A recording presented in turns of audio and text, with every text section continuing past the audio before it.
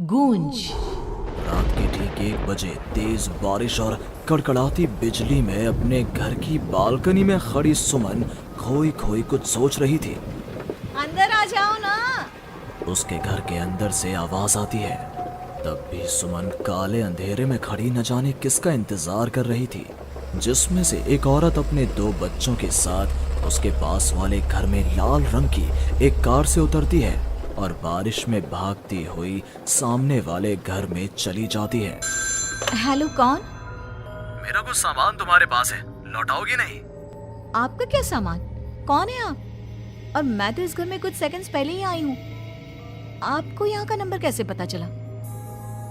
Mummy, हो सकता है कि जो फैमिली यहाँ पहले रहती हो, ये कॉल उनके लिए हो। नहीं नहीं, ऐसा नहीं है। बाहर कड़कड़ाती बिजली एक अनजान आदमी के फोन ने नेहा को डरा दिया था। वो फौरन कॉल रख देती है। चलो बच्चों, कमरे में चलते हैं, मैं तुम्हें सुला देती हूँ। पर यहाँ इतने अंधेरे में तो कुछ भी नहीं दिख रहा मम्मी। फ्लैश लाइट ऑन करो ना। नेहा फ्लैश ऑन करती है, जहां उसे ऊपर जाने की सीढ़ियां दिखती हैं और चारों तरफ सफेद कपड़ों से ढके हुए फर्नीचर। तभी नेहा की 3 साल की बेटी उससे कहती है, मम्मा घोस्ट। नो माय लव, ये तो वाइट क्लोथ्स हैं। चलो ऊपर, मम्मा आपको स्टोरी सुनाएगी। सुननी है ना? चलो चलो चलो। नेहा स्ट्रॉबेरी को गोद में उठाती है और रोहन के साथ सीढ़ियां चढ़ना शुरू करती है। एक एक कदम उसे ऐसा एहसास हो रहा था मानो वो सीढ़ियों पर नहीं दलदल में कदम रख रही हो। ये मेरे पैर सीढ़ियों में धंस क्यों रहे हैं? बहुत देर चलने के बाद सीढ़ियां खत्म होती हैं। ऐसा लग रहा है मानो मैं जन्म से बस चल ही रही हूँ। जैसे तैसे थकी हारी नेहा ऊपर कमरे में पहुंचती है। जैसे ही फ्लैश बेड पर पड़ता है, वो देखती है कि उसके दोनों बच्चे पहले से ही बिस्तर पर सो रहे हैं। मेरा सर चकरा रहा है। बच्चे तो मेरी गोद में थे, यहाँ कैसे आ गए? और वो भी मुझसे पहले। नेहा कुछ समझ नहीं पाती और बेसुध होकर जमीन पर गिर पड़ती है। अगली सुबह उसकी आंखें सूरज की किरणें चेहरे पड़ने से खुलती हैं। नेहा बालकनी में जाती है, जहां उसे सुमन अपने बालकनी में खड़ी दिखती है। ऐसा लग रहा था मानो सुमन रात भर से वहीं खड़ी थी। सुमन नेहा को मुस्कुराकर देखती है। हेलो, मैं यहाँ कल ही शिफ्ट हुई हूँ। मेरे हस्बैंड का यहाँ ट्रांसफ़र हुआ है। आसपास कहीं घर ही नहीं मिला, तब 40 किलोमीटर दूर यहाँ ये घर मिला। आप यहाँ पर कब से हैं? पता नहीं, सालों हो गए, यहाँ कोई आया ही नहीं। पर अब तुम आई हो तो राहत सी लगी। आओ ना घर पर। हाँ हाँ, क्यों नहीं, मुझे भी कंपनी मिल जाएगी। वैसे कल रात ना यहाँ कुछ अजीब महसूस किया मैंने। मैं आकर बताती हूँ। नेहा सुमन से मिलने उसके घर जाती है और पिछली रात हुए इंसिडेंट के बारे में उसको बताती है। ये तो कुछ भी नहीं है नेहा। ऐसे तो कई इंसिडेंट्स मेरी एक फ्रेंड के साथ भी हुए हैं और रोज होते ही हैं। सुमन अपनी कार में बैठी अपने नए ठिकाने की ओर बढ़ रही थी। जंगल के बीच से गुजरती वो खुद से कहती है, ये सिविल इंजीनियर्स की लाइफ ना बड़ी मुश्किल है। कहाँ जंगल झाड़ी में रहना पड़ेगा। कार एक घर के पास रुकती है। लीजिए मैडम, हम आ गए। आपको कुछ जरूरत हो तो मुझे कॉल कीजिएगा, मैं ये बगल वाले घर में ही हूँ। सुमन घर के अंदर जाती है। डाइनिंग टेबल पर पहले ही खाना रखा हुआ था, पानी का ग्लास भी, टीवी ऑन ही था। ऐसा लग रहा था मानो अभी अभी यहाँ कोई था या है। चलो, कंपनी अच्छी है, सब अरेंजमेंट्स मेरे आने के पहले ही कर रखे हैं। सुमन खाने की टेबल पर बैठती है, जहाँ 5 लोगों का खाना परोसा हुआ था। ये 5 प्लेट किसके लिए सर्व कर दिया? हाथ है। सुमन अपनी प्लेट से खाना शुरू करती है और उसी वक्त बाकी 4 प्लेटों से भी खाना गायब होने लगता है। प्रमिल, कहाँ हो तुम प्रमिल?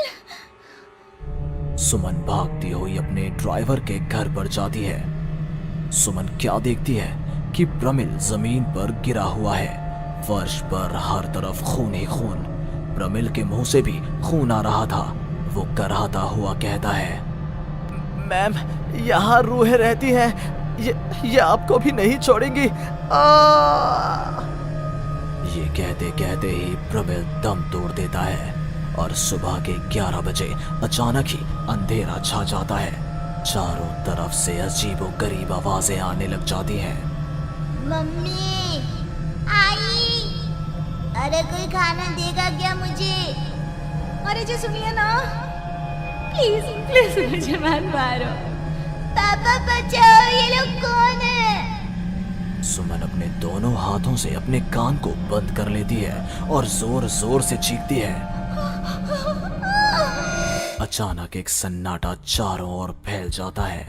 सुमन प्रमिल के घर से बाहर निकलती है।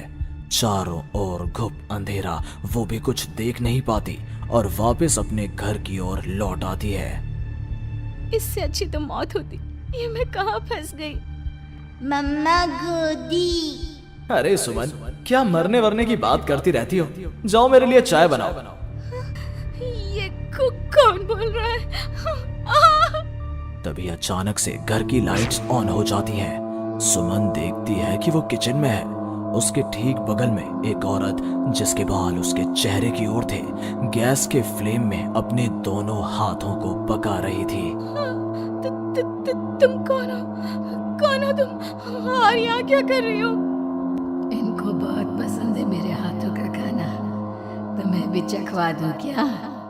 कर्कश आवाज में ये कहती हुई वो औरत झट से सुमन के हाथों को आग में डाल देती है। सुमन चीखती रहती है, पर वो औरत उसके हाथों को नहीं छोड़ती। तुम्हारे पेट में एक बच्चा है ना, सूंघ लिया मैंने।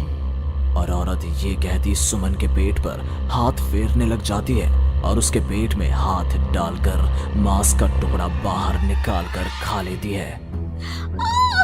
मेरा बच्चा। ये तो कुछ भी नहीं, उधर देखो। वो औरत दीवार की तरफ इशारा करती है। दीवार पर खून के ऐसे धब्बे थे मानो नवजात शिशुओं को उसी दीवार पर पटक पटक कर मार दिया गया हो।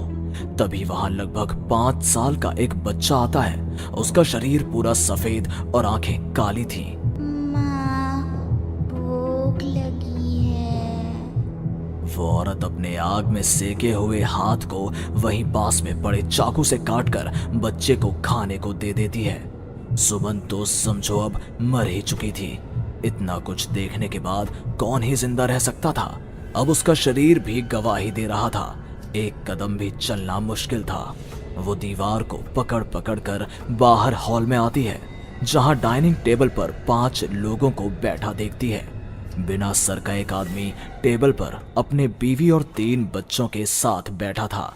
सभी सुमन की ओर देखते हैं। मम्मी, तुम मेरी मम्मी बनोगी। यहाँ हमारी जैसे बहुत से लोग रहते हैं, बहुत सारे।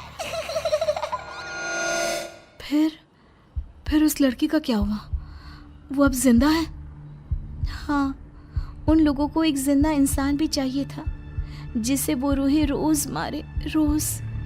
पता नहीं कितनी ही रूहें हैं, आज भी 1-2 तो दिखी जाती हैं। वो लड़की तो बस निकलने का राह ढूंढ रही है, पर वो निकलेगी कैसे?